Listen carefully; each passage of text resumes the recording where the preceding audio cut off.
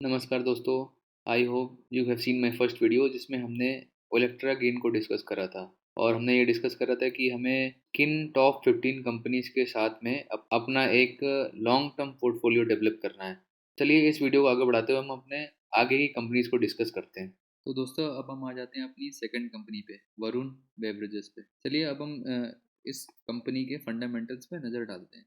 तो दोस्तों ये कंपनी वरुण बेवरेजेस लिमिटेड, जिसका करंट रेट 1396 पे अभी ये ट्रेड कर रही है। ये कंपनी बेसिकली करती क्या है दोस्तों, आप लोगों ने गर्मियों में कोल्ड ड्रिंक तो पी होगी।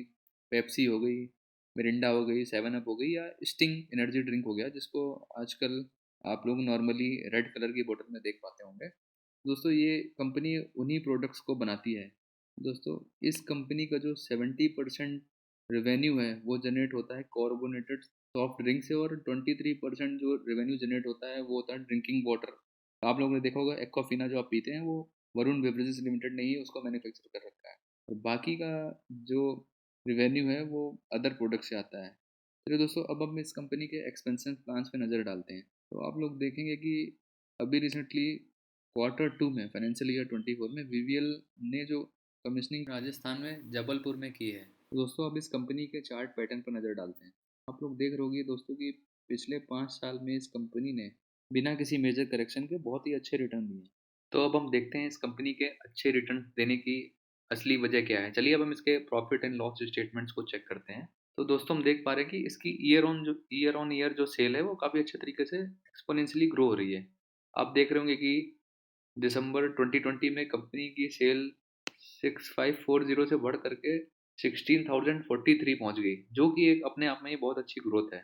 और कंपनी के एक बार ऑपरेटिंग प्रॉफिट मार्जिन पे भी नज़र रखें तो 13%, 14%, 15% पहले हुआ करते थे, अब रिसेंट ईयर्स में ये 22%, 23% पे हैं। तो जिससे इस कंपनी के प्रॉफिट्स अच्छी तरीके से ग्रो रहे हैं। चलिए अब इसके प्रॉफिट्स में नज़र डालते हैं। तो दोस्तों देखिए, कंपनी के प्रॉफिट्स में नज़र डालें तो देखिए दिसंबर 2013 में कंपनी लॉस मेकिंग थी, दिसंबर 2014 में कंपनी लॉस मेकिंग थी।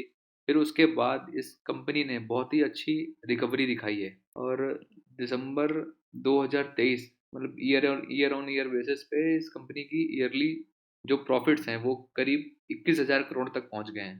तो यही दोस्तों एक रीज़न है कि इसने पिछले 5 साल में इतने अच्छे रिटर्न दिए हैं। तो बैलेंस शीट में दोस्तों हम देख पा रहे होंगे जैसे कंपनी के पास रिजर्व्स जो हैं, अभी करंटली जो रिजर्व्स हैं बढ़कर 4,453 करोड़ से बढ़कर के 6.2 के करोड़ तक हो गए हैं। और इस कंपनी में जैसा कि कंपनी ये अग्रेसिवली अपने आप को एक्सपेंड कर रही है, नॉट ओनली इन इंडिया, ये बाहर की कंट्रीज में भी अपने आप को काफ़ी अच्छा ग्रो कर रही है। तो दोस्तों इस कंपनी में जो बोरोइंग्स हैं वो बढ़ती जा रही हैं। इसकी बोरोइंग्स बढ़ने का एक मेन रीज़न ये है कि दोस्तों ये कंपनी अग्रेसिवली अपने आप को एक्सपैंड कर रही है। अगर कंपनी के प्रोडक्ट्स की डिमांड मार्केट में बहुत ज़्यादा है और उसको फुलफ़िल करने के लिए अगर कोई कंपनी की बोरोइंग्स बढ़ रही हैं और कंपनी अपने आप को एक्सपेंड कर रही है, तो उस तरीके की जो बोरोइंग्स को बुरा नहीं माना जाता है। क्योंकि कोई भी कंपनी को ग्रो करने के लिए पहले उसको बैंकों से पैसा उधार लेना पड़ता है, फिर बाद में ये अपने बोरोइंग्स को कम कर सकते हैं और अपना जो डेब्ट टू इक्विटी रेशियो है उसको मिनिमम कर सकते हैं। तो इसके केस में जो कंपनी की बोरिंग्स बढ़ रही हैं वो उतनी खराब नहीं है दोस्तों। तो दोस्तों अब हम आ जाते हैं अपनी तीसरी कंपनी के ऊपर। चलिए अब इस कंपनी के बारे में हम इसके फंडामेंटल्स को डिस्कस। तो दोस्तों ये कंपनी एंजल वन लिमिटेड है, जो कि ब्रोकरेज हाउस रिलेटेड एक प्लेटफॉर्म हमें ट्रेडिंग या इन्वेस्टिंग के लिए प्रोवाइड करती है, जिसका अभी करंट मार्केट कैप 24,000 करोड़ के आसपास है और करंट प्राइस 2600 रुपये के आसपास है। दोस्तों इस कंपनी का भी बिजनेस मॉडल सिमिलर ग्रो और जीरोधा की तरह ही है, जबकि जीरोधा और ग्रो अभी मार्केट में लिस्टेड नहीं है, तो इसका मेन बेनिफिट अभी इस कंपनी को होता है। चलिए अब इस कंपनी के चार्ट पैटर्न पर नज़र डालते हैं। दोस्तों इस कंपनी ने भी लास्ट 1 ईयर में काफ़ी अच्छा रिटर्न अपने इन्वेस्टर्स को दिया है।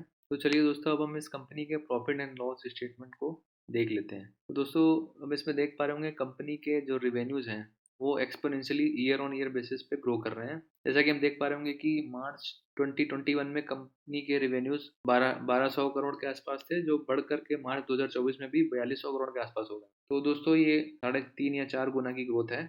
और दोस्तों अगर आप लोगों के अंदर ऐसा कन्विक्शन है कि इंडिया का स्टॉक मार्केट आने वाले 7-8 साल में अच्छा परफॉर्म करेगा, तो आप इस तरह की कंपनीज को स्टडी करके अपने पोर्टफोलियो में जगह दे सकते हैं। तो दोस्तों अब इसके नेट प्रॉफिट पे एक नज़र डालते हैं। इसके नेट प्रॉफिट भी एक्सपोनेंशियली ग्रो कर रहे हैं ईयर ऑन ईयर बेसिस पे। मार्च 2021 में कंपनी का नेट प्रॉफिट 300 करोड़ के आसपास था, जो बढ़कर मार्च 2022 में 625 मतलब डबल हो गया। फिर यही 625 करोड़ का प्रॉफिट बढ़ करके 2 सालों में 1126 करोड़ के आसपास हो गया। तो ये दोस्तों एक कंपनी के प्रॉफिट्स में एक अच्छी ग्रोथ है। अब कंपनी की बैलेंस शीट के ऊपर आ जाते हैं। तो कंपनी के बैलेंस शीट में देख पा रहे हैं कि रिजर्व्स जो हैं कंपनी के पिछले 4-5 सालों में अच्छे ग्रो हो रहे हैं और कंपनी की बोरोइंग्स भी लगातार बढ़ रही हैं। तो कंपनी के बोरोइंग्स बढ़ने का दोस्तों, क्योंकि इन कंपनी का बिजनेस मॉडल ही अपने ट्रेडर्स को या अपने क्लाइंट्स को मार्जिन दे करके उनको कन्वीनियंस प्रदान करना है। तो दोस्तों इन कंपनी के बोरोइंग्स को देख के कंफ्यूज मत होना, क्योंकि इनका बिजनेस मॉडल ही मार्जिन्स पे दे करके अपने ट्रेडर्स को सहूलियत देना है। अब इसके शेयर होल्डिंग पैटर्न पे एक नज़र डाल लेते हैं। तो दोस्तों आ जाते हैं इस कंपनी के शेयर होल्डिंग पैटर्न के ऊपर। तो शेयर होल्डिंग पैटर्न में दोस्तों प्रमोटर्स ने अपने स्टेक को थोड़ा सा ट्रिम करा है, फॉरेन इन्वेस्टर्स ने भी अपने स्टेक को ट्रिम करा है, जबकि डोमेस्टिक इन्वेस्टर्स ने अपने स्टेक को बढ़ाया है और पब्लिक ने भी थोड़ा सा अपना स्टेक बढ़ाया है। तो दोस्तों अगर आपके अंदर कन्विक्शन है कि इंडिया का स्टॉक मार्केट आने वाले 7-8 सालों में ग्रो करेगा, तो आप भी इस तरह की कंपनी को अपनी विश लिस्ट में रख सकते हैं और इन्वेस्टमेंट के लिए प्लान कर सकते हैं। तो दोस्तों अब हम चलते हैं अपनी चौथी कंपनी की तरफ, एफएल इंडिया। तो अब हम एफएल इंडिया के फंडामेंटल्स पर कुछ नज़र डालते हैं। एफएल इंडिया लिमिटेड कंपनी का जो मार्केट कैप है वो 14,000 करोड़ के आसपास है और इसका करंट प्राइस 1067 रुपीज़ के आसपास है। तो दोस्तों बेसिकली ये कंपनी करती क्या है, ये कंपनी एडवर्टीजमेंट फील्ड में काम करती है। आजकल सारी पब्लिक जो है अपने घरों में टीवी देखने से ज़्यादा अपने फ़ोन में लगी रहती है। तो दोस्तों जो फ़ोन का प्लेटफॉर्म है, जो उसमें जितने भी एड्स वगैरह आप देखते होंगे, जबकि सर्विसेज देने का काम ये कंपनी करती है। दोस्तों इस कंपनी का काम जो है इंडिया के बाहर भी बहुत सारी कंट्रीज में ग्लोबल फैला हुआ है। दोस्तों कंपनी लगातार अपनी सब्सिडरीज कंपनी का एक्विजिशन करती जा रही है, जो कि इनके बिजनेस को और आगे ग्रो कर रहा है। चलिए दोस्तों अभी इस कंपनी के चार्ट पैटर्न पर हम नज़र डालते हैं। तो मैंने इसके पिछले 3 साल का चार्ट पैटर्न स्क्रीन पर खोल रखा है, तो जिसमें हम देख पा रहे हैं कि दोस्तों पिछले 3 साल से लगातार कंपनी एक ही प्राइस बैंड में कंसोलिडेट कर रही है। तो दोस्तों इस कंपनी के मैं अभी आगे आपको दिखाऊंगा कि इस कंपनी के लगातार प्रॉफिट्स बढ़ते जा रहे हैं, बट ये पिछले 3 साल से एक ही प्राइस बैंड में कंसोलिडेट कर रही है। आप लोग देख पा रहे होंगे दोस्तों कि मैंने इसका पी रेशियो चार्ट खोल दिया है, जिसमें आप लोग ये कैंडल्स जो देख पा रहे होंगे, ये इसके अर्निंग्स की कैंडल है और ये जो ग्राफ है दोस्तों, ये इसके प्राइस प्राइस का ग्राफ है। मतलब अर्निंग के अगेंस्ट में जो इसका प्राइस है वो लगातार नीचे जाता जा रहा है। मतलब कंपनी के प्रॉफिट्स तो बढ़ते जा रहे हैं, बट उसका जो प्राइस है वो एक जगह पर अटक गया है। तो दोस्तों इस तरह के करेक्शन को हम लोग टाइम करेक्शन बोलते हैं, जो कि कंपनी एक एक्सटर्नल रीजन, जैसा आपको पता है कि इस कंपनी का मैक्सिमम काम बाहर की कंट्रीज में होता है और वहाँ पर अभी मंदी और बढ़ता हुआ इन्फ्लेशन की वजह से थोड़ा सा कामकाज थोड़ा सा स्लो हो रखा है।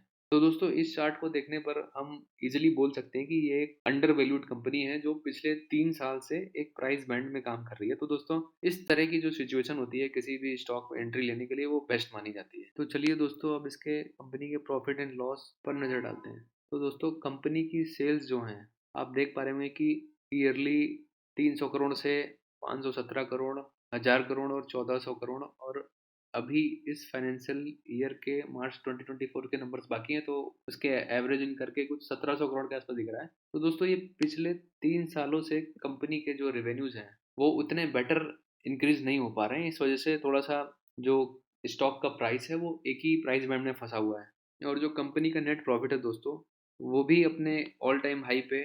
और दोस्तों जो कंपनी के प्रॉफिट्स हैं वो भी पिछले 3-4 साल से उस परसेंटेज से नहीं बढ़ रहे जिस परसेंटेज से वो पहले बढ़ रहे थे। तो दोस्तों देखिए, चलिए एक समरी, जैसे कंपाउंड सेल्स ग्रोथ कंपनी की पिछले 3 साल में किस परसेंटेज से बढ़ी है, 63% से बढ़ी है। और सिमिलरली कंपनी का प्रॉफिट जो है वो 55% के हिसाब से बढ़ा है, बट कंपनी का जो स्टॉक प्राइस CAGR है वो मूव नहीं हुआ है। मतलब कंपनी को अपने प्रॉफिट्स को फॉलो करना चाहिए, जो कि अभी उसने नहीं किया है। ये कंपनी अंडर वैल्यूड है। तो दोस्तों इस तरह की कंपनी हमेशा इन्वेस्टर्स के फोकस में रहती है और जैसे ही दोस्तों ये कुछ एक्सटर्नल अनसर्टेनिटीज़ हैं इन्फ्लेशन की और रेट कट्स की, जैसे ये इन समस्याओं का समाधान होगा तो इन कंपनीज़ को पकड़ना मुश्किल हो जाएगा। तो चलिए दोस्तों, अब हम कंपनी के शेयर होल्डिंग पैटर्न्स पे नज़र डाल लेते हैं। दोस्तों, पिछले 2 क्वार्टर्स में कंपनी में कोई मेजर चेंज नहीं हुआ है। प्रमोटर्स का भी स्टेक ऑलमोस्ट सेम है और फॉरेन इन्वेस्टर्स का स्टेक इन्होंने हल्का सा बढ़ाया है और डोमेस्टिक इन्वेस्टर्स का भी स्टेक ऑलमोस्ट सेम है। तो कंपनी के शेयर होल्डिंग पैटर्न में कोई मेजर चेंज नहीं आया है।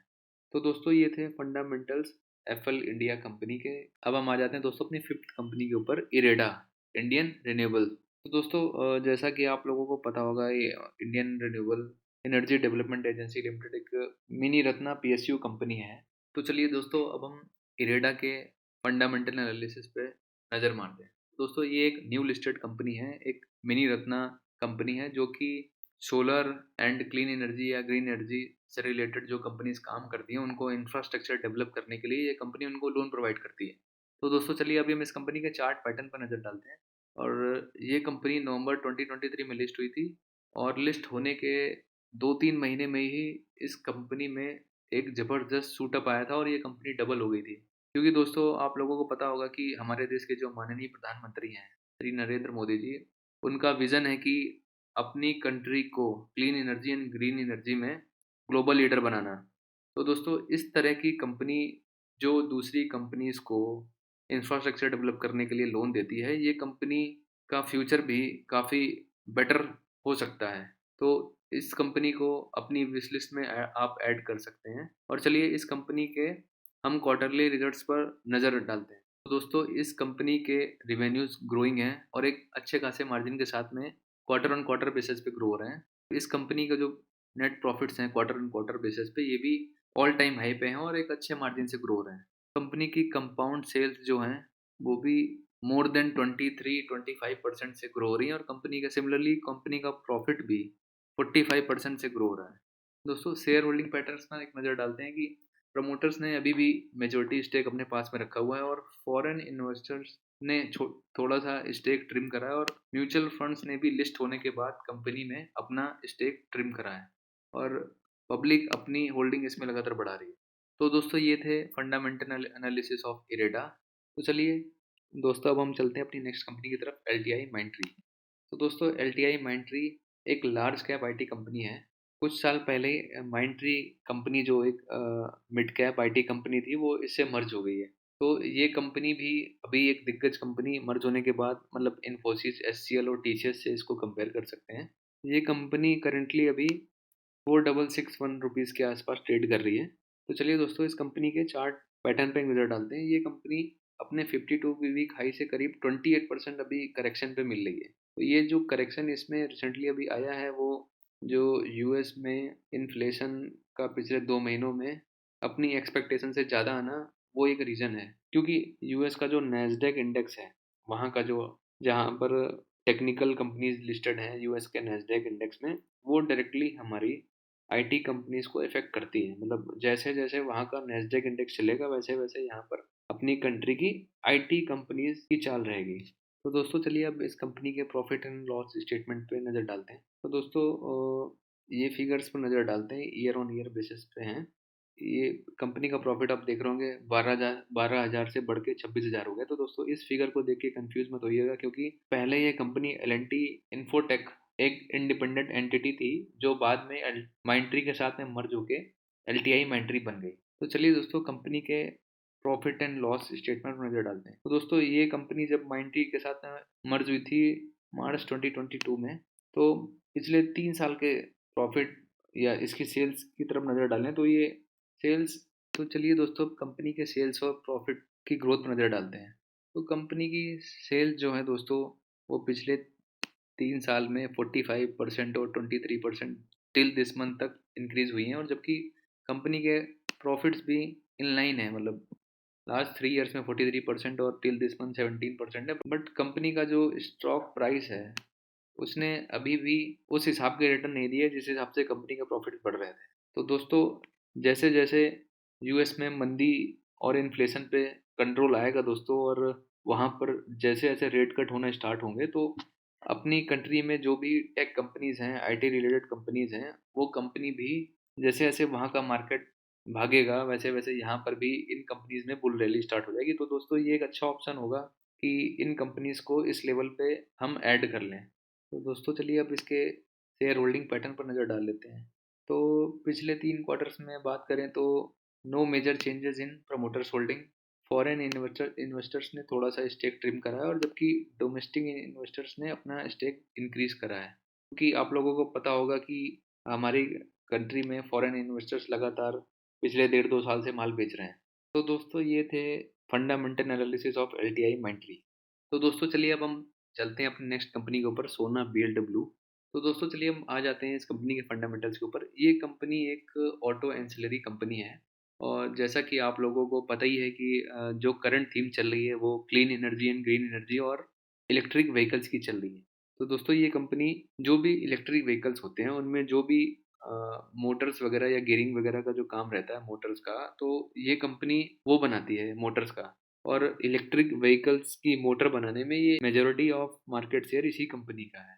ये कंपनी करंटली अभी 681 रुपीज़ पे ट्रेड कर रही है, जो कि एक अभी मिड कैप कंपनी है। तो चलिए दोस्तों इस कंपनी के चार्ट पैटर्न पे नज़र डालते हैं। ये कंपनी जून 2021 में लिस्ट हुई थी और लिस्ट होने के बाद कुछ ही समय में ये कंपनी डबल हो गई थी। और फिर डबल होने के बाद दोस्तों जब रशिया यूक्रेन वॉर हुआ और मार्केट गिरा तो ये कंपनी में भी मेजर करेक्शंस आए। और मेजर करेक्शन आने के बाद दोस्तों जब ग्लोबल सेंटीमेंट धीरे धीरे सही होना शुरू हुआ तो दोस्तों ये कंपनी जिनके प्रॉफिट लगातार बढ़ रहे थे तो उनमें रिकवरी आना स्टार्ट हो गई। इस कंपनी ने दोस्तों अभी रिसेंटली एक मैन्युफैक्चरिंग प्लांट मेक्सिको में ओपन किया है। तो मतलब ये कंपनी धीरे धीरे करके दूसरी कंट्रीज में भी अपने प्लांट्स ओपन करती जा रही है जो भी ईवी की डिमांड्स है उसको पूरा करने के लिए। और दोस्तों फरवरी 2024 में इस कंपनी को गवर्नमेंट की तरफ से PLI स्कीम मतलब प्रॉफिट लिंक्ड इंसेंटिव स्कीम के लिए सेलेक्ट किया गया। ये प्रॉफिट लिंक्ड इंसेंटिव जो है गवर्नमेंट की पॉलिसीज हैं जो कंपनी को काफ़ी अच्छे से उनके प्रॉफिट्स को इंक्रीज होने में हेल्प करती हैं। मतलब कंपनी जितना प्रोडक्शन करेगी उस प्रोडक्शन के रेशियो में उनको प्रॉफिट उनको इंसेंटिव दिया जाएगा। तो चलिए इस कंपनी के जो सेल्स ग्रोथ है, प्रॉफिट ग्रोथ है और स्टॉक प्राइस CAGR है उसको डिस्कस करते हैं। दोस्तों इस कंपनी के जो सेल्स ग्रोथ हैं वो मोर देन 24% के हिसाब से ग्रो कर रहे हैं और जो प्रॉफिट ग्रोथ है मोर देन 30% के हिसाब से ग्रो कर रहे हैं और स्टॉक प्राइस भी ऑलमोस्ट अपने प्रॉफिट्स को फॉलो कर रहा है। तो दोस्तों इस कंपनी को PLI स्कीम में एंट्री मिलने के बाद और ये जो अपना रेगुलर एक्सपेंशन करती जा रही है और इसकी ऑर्डर बुक स्ट्रांग है, तो उस स्ट्रांग ऑर्डर बुक के अगेंस्ट में ये कंपनी फ्यूचर में भी quarter on quarter basis and year on year basis पे अपने रेवेन्यू को बढ़ाएगी और डेफिनेटली इसके प्रॉफिट्स भी बढ़ेंगे तो इसके शेयर प्राइस भी बढ़ेगा। तो दोस्तों इस तरह की थीमेटिक कंपनी जो कि इलेक्ट्रिक व्हीकल्स के सेगमेंट में काम कर रही है उसको आप अपनी विश लिस्ट में ऐड कर सकते हैं। तो दोस्तों चलिए चलते हैं अपनी नेक्स्ट कंपनी की तरफ, बजाज फाइनेंस। तो दोस्तों बजाज फाइनेंस के फंडामेंटल्स पे कुछ नज़र डालते हैं। ये कंपनी अभी 7120 रुपीज़ के आसपास ट्रेड कर रही है मार्केट में। ये एक लार्ज कैप कंपनी है और NBFC सेक्टर से बिलोंग करती है। चलिए दोस्तों इसके अब चार्ट पैटर्न पे एक नज़र डालते हैं।